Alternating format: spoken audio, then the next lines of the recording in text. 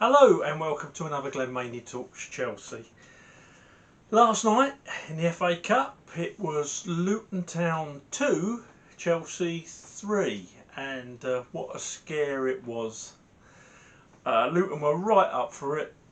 We had a bit of an off day, not every player but quite a few players, 3 or 4 really sort of didn't do themselves any sort of justice, and as a result a team playing their cup final against us not really at the races.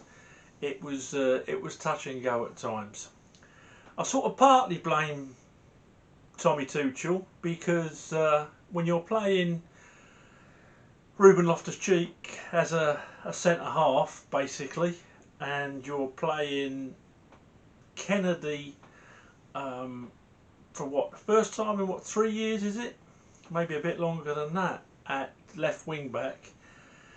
You're playing Malang Sarr, who hasn't done himself any sort of credit lately as one of the centre halves, and playing Callum Hudson-Odoi as the other wing back, then you're probably asking for trouble. I was impressed with Saul Niguez last night, but when I saw his name on the team sheet I was a bit worried. So anyway, they went ahead. Luton went ahead with a strong header. Malang Sarr didn't get up with him. The bloke did have a run in, to be fair, and he was a big lump. Put it away well. So it was a header and we were behind after, I think it was 110 seconds. And after that it was a bit of an uphill struggle. What they lacked in talent, and they did lack a lot in talent, they certainly made up for in effort. And their fans must be really proud. Made it really difficult. Pressed high, didn't give us a moment. Obviously as the game wore on they got tireder and tireder, and because we had, I think at one point we had about 300 passes and they had 85, and it shows you we're using the ball whereas they're having to do the running. And I knew that eventually I was pretty sure we'd come out on top. So that was it last night. In goal we had Kepa, and we had Rudiger, Ruben Loftus-Cheek and Malang Sarr as the centre backs. On the right hand side, wing back, we had allegedly Callum Hudson-Odoi, and as left wing back we had allegedly Kennedy. In midfield we had Saul Niguez and Jorginho, who was captain. In front of them we had Pulisic and Mason Mount, and up front we had Lukaku and Werner. Werner just playing just behind Lukaku. I think that was the way it was meant to be anyway. I'm not going to go too deeply into it. There were some shocking performances. Callum Hudson-Odoi was lucky that Malang Sarr was on the pitch. It made him look sort of half decent. Kennedy looked like a bloke who hadn't played for 3 years. Looked like he'd been in prison for 3 years, to be honest. And after that performance last night, he should probably be going back there. Yeah, not great. Saul Niguez got a really good goal. Saul Niguez had a good game last night actually. He really looked the part. Werner scored, took it down great on his thigh, and banged one in for an equaliser because we'd gone 2-1 behind. And then a great ball, I think it was Werner, put in for Lukaku to score. So 2 strikers scoring in a game. How about that? It's unusual for Chelsea, isn't it? So yeah, that was us. So the players' scores. Kepa didn't really have much to do. Didn't really stand a chance with the 2 goals. Kepa gets a 7. He couldn't do nothing about the goals. The distribution was alright. Okay, you know. Rudiger gets a 7.5. Ruben Loftus-Cheek played really well there actually. Took a little bit of time. First 20 minutes he looked a bit out of sorts, and as he grew into the role and when we went behind he started playing a bit further forward, he shone. So 7.5. Sarr, he gets a 3 from me. You know, who watch this channel, he's only a young lad. I don't lay into him, but he's not a Chelsea player. He's not Chelsea quality as long as I've got a hole in my bum.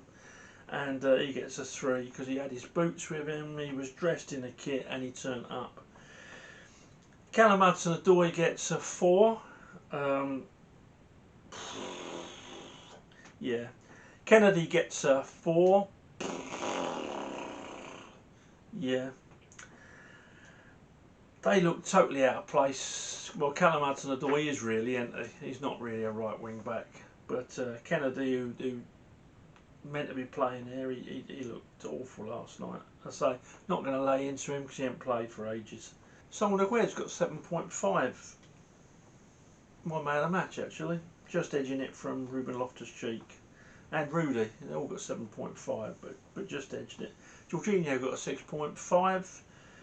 Found the physicality hard at times, but stuck in there. Mount gets a 7. Not his greatest game, but tracking back defensively, he was excellent. Anything that we looked like creating up front, he was involved. So Mount gets a 7.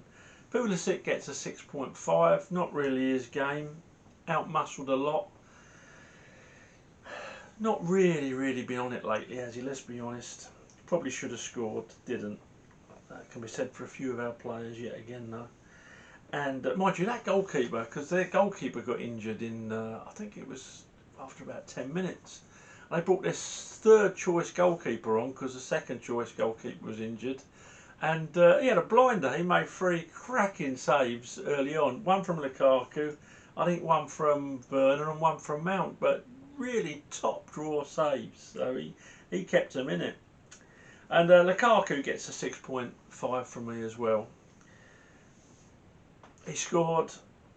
Werner. Yeah, Werner 6.5. 6.5. Scored a really good goal. And seems to be giving 110% like he always does. It's just the fact that he just didn't really get in the game, and he still missed a couple of chances that I thought he should have done better with. So that was it. It was a scare, and we managed to come through. So can't ask more than that. We won. Tommy Tuchel would only get probably a 6.5 from me because I couldn't see the point of playing Ruben Loftus-Cheek at centre half and 2 very inexperienced wing backs. I say inexperienced, haven't played a lot this year. Not inexperienced, that's the wrong word. Although Callum Hudson-Odoi hasn't played there a lot. Kennedy, I don't know what his excuse is. 8 ounces of cocaine by the looks of it. So yeah, that was last night's game. But the thing I want to discuss, and the thing we've all been talking about today, was the BBC punditry. You've got Lineker, Mika Richards and Alan Shearer there, sitting there pontificating about Roman Abramovich and the fact that he's selling the club, this, that and the other. The fact he hadn't come out with a statement against Putin saying everything's wrong. Well, listen. There's a lot of things to be taken into consideration here. Roman released a statement last night saying basically he's selling the club. He's not asking for any of the 1.5 billion loan back. He's going to start a charitable foundation up, and any proceeds of the sale, any net proceeds of the sale, is going to go into a charity to fund the rebuilding of the Ukraine and to help Ukrainian refugees and their people. Now, Roman Abramovich was one of the people who vetted Vladimir Putin for Boris Yeltsin. So of course he's got connections in the Kremlin. Since then, a lot of water's gone under the bridge, and if you remember rightly, he had to sell Sibnet back to Russia for a cut price, 7.3 billion was it, so that he was exempt from prosecution, because Putin was going after all the oligarchs whether he liked them or not. I don't know how much sway Roman's got in Russia now. I don't think anyone does. But let's be honest, with the Ukraine situation, he might not be coming out and making a a statement about disagreeing with a war for one or two reasons. He's Russian. He might agree with the war. He might agree with the fact that Ukraine should still be part of Russia. When they gave Ukraine basically its independence, it was under the proviso that it wouldn't join NATO, basically. And it just applied to join NATO, and America would put bases on there straight away. Russia don't trust them, just as much as America don't trust Russia. So the poor Ukrainian people, the civilians on the street, they're stuck in between a rock and a hard place. The other reason that he might not come out and directly criticise Putin is because it would be like signing your own death warrant. If you're an oligarch, we've seen Russians killed with ricin and that, spies. Could be just signing his own death warrant, and who knows, perhaps he don't want to die just for the sake of a statement. Perhaps he wants his actions to speak louder than words, who knows. But what got me, and by the way, I'm not having a bang at Abramovich, I'm just stating fact. Another fact is, as a football club owner, he's been absolutely brilliant. You won't get a better one. You won't get a better one. And someone said to me today, oh, don't you feel bad having... No, I don't feel bad. I was a Chelsea supporter long before Roman Abramovich bought the club. I was a Chelsea supporter when it was owned by the Mears family. Brian Mears was in charge when I first started supporting them. So don't give me all that. I'm a Chelsea Football Club supporter, not a chairman supporter. But I will have to say that Roman has done absolutely great, and I thank him for his time at the club. He's probably got a murky, shady past. When he bought Sibnet, there were 10 people tendering for that contract, and the year before, 9 of them died. Could be coincidence. All I say is, anytime someone's a billionaire, there's a good chance they've got a little bit of psychopath in them, because to get to that sort of money, I think you need it. Rightly or wrongly. But he's been a great owner. And I, for one, as owner of Chelsea Football Club, am sad to see him go, and I thank him. So last night you had Shearer, Richards and Lineker. Lineker, the self-proclaimed moral hero of the BBC, because he's had a migrant in his back bedroom for a week. I don't know who he thinks he is when you listen to him speak. I don't know if he thinks he's Mahatma Gandhi or Wingnut Christ, but listen to him. No one else in the world has ever made a mistake apart from Roman Abramovich, and his own club, Leicester's owner, come from an environment where everyone's squeaky clean. Not totally squeaky clean, Gary. And then as for Shearer and Mika Richards, their clubs are owned by the Saudi Arabians. Check out what they've been doing in the Yemen. Check out their human rights record at home. Women getting stoned for being raped. Check that out. Check out the busload of school kids that the Saudis bombed in the Yemen. 40 dead on a school bus. They're the owners of Newcastle and Manchester City. Now, I for one don't think politics should be mixed with football, for the very reasons I've said. I'm not a Roman Abramovich apologist, supporter. I was pleased the way he managed our club, the way he owned our club, and I thank him for that. But I don't want to get involved in the politics of it. The Ukraine is a terrible situation. If I had a magic wand, I'd wave it now and save every single last civilian person in the Ukraine. But I haven't. I'm just a football supporter.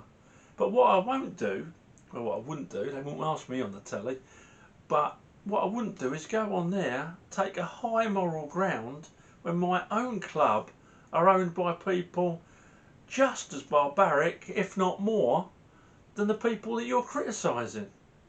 The only difference is that at the moment Russia and Ukraine is being highlighted by the Western press. No one gives a monkeys about a busload of school kids in the Yemen. Let's be honest. Do you know why? Because Saudi money funds the UK and the USA. It's hypocrisy. The same with Shearer and the same with Mika Richards. You watch horse racing on the telly, they don't go in to say, oh look, there's a horse, it's being it's going to win the Derby, it's won this, it's won that. Oh, but don't really want it running because it's owned by a Saudi Arabian or it's owned by a Russian. They don't feel the need to comment. They just say, "Oh right, you know, it won the 250 Class 1 at Goodwood last time out. So if you want to stick a few quid on it, away you go." There's no reason for the BBC and their presenters to take a high moral high ground and start giving us their opinions. Certainly not Shearer and Richards, and certainly not Lineker. £2 million a year Lineker, when the old grannies can't afford their licence.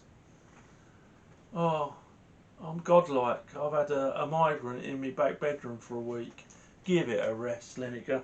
If they're that serious about human rights, they won't do anything with Nike or any of the major sports brands, because they make sports shirts that are made in factories where kids are working to keep the costs down.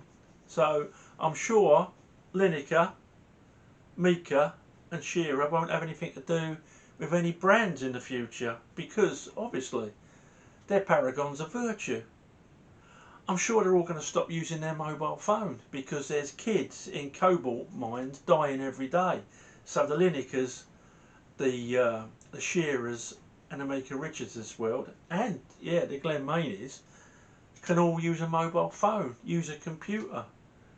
We all are complicit. Them three aren't exempt. Everything we do in this modern world has got someone at the end of it that's suffering. But we don't need to bring that up during a football programme, do we? That's all I wanted to say on it. And the last thing, sorry it's a bit of a ramble tonight, finally to the club itself, has been valued between 1.9 billion and 3 billion by various accountants in the City of London. And let's face it, it's like you're selling the best house on the end of the street. Everyone's going to want to buy it. All we've got to hope as Chelsea fans is that someone who has got a genuine love of football, like Roman, or a genuine want for their club to be successful, to buy the club. Of course, it's a time of uncertainty, but I won't be too downhearted. Not until the Glaziers buy us, and you'll see me get a rope on Glenn Maney Talks Football. So let's get behind that team. I feel really sorry for Thomas Tuchel at the moment. I'm glad he exploded those journalists the other day. He's a football manager. He is not the club spokesman on politics or the sale of the club. So let's hope the journalists do their jobs, get off his back and go and ask the right people. And let's hope that during football press conferences with the manager, a few of these journalists ask a few football questions. Don't think it's going to affect the players. I think at the end of the day they're professionals, and as long as they're getting their money at the end of every month, they don't care who owns the club. They, like us, will be desperately hoping that the Ukrainian situation ends soon, and you feel like crying for every single one of them civilians, kids, babies that are killed, and you hope that some sort of resolution can be made. But again, that's not for us football fans to ponder, is it? Sorry it's a bit of a sombre end, but I just wanted to cover everything the way I see it.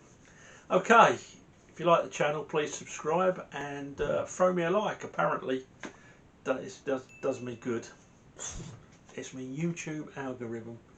Speak to you after the weekend. Burnley up to Chelsea.